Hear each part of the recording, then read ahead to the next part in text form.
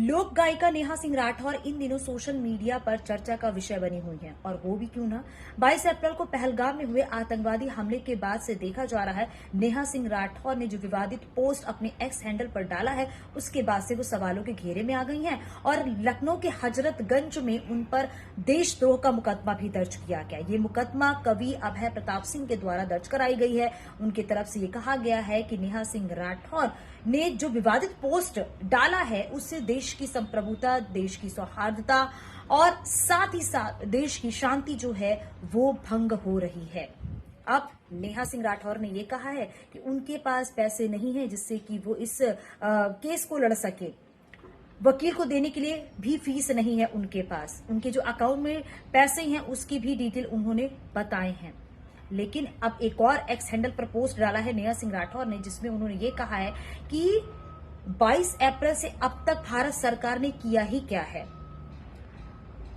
भारत सरकार की मंशा ये है कि जो नेहा सिंह राठौर सवाल कर रही हैं उससे लोगों का ध्यान भटकाया जाए।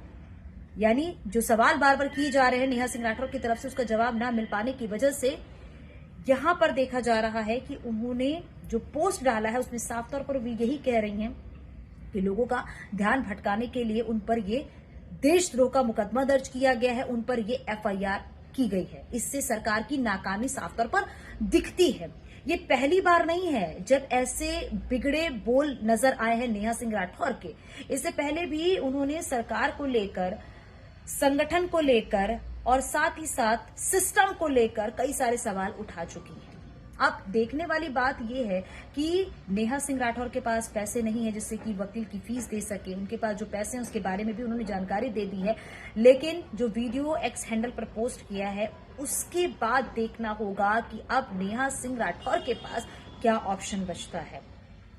हालांकि बार बार ये उनकी तरफ से कहा जा रहा है कि अभी तक आतंकवादियों को ढूंढा नहीं गया है और हमले के बाद उस समय में 26 लोगों की जान चली गई थी, उसका बदला भी अभी तक नहीं लिया गया है भारत सरकार की तरफ से। अब देखना यह होगा कि इस पूरे मसले पर, इस पूरे मामले में क्या नया मोड़ आता है। हालांकि आप इसको कैसे देखते हैं बताइएगा जरूर, क्योंकि आपकी राय भी जानना बेहद जरूरी है।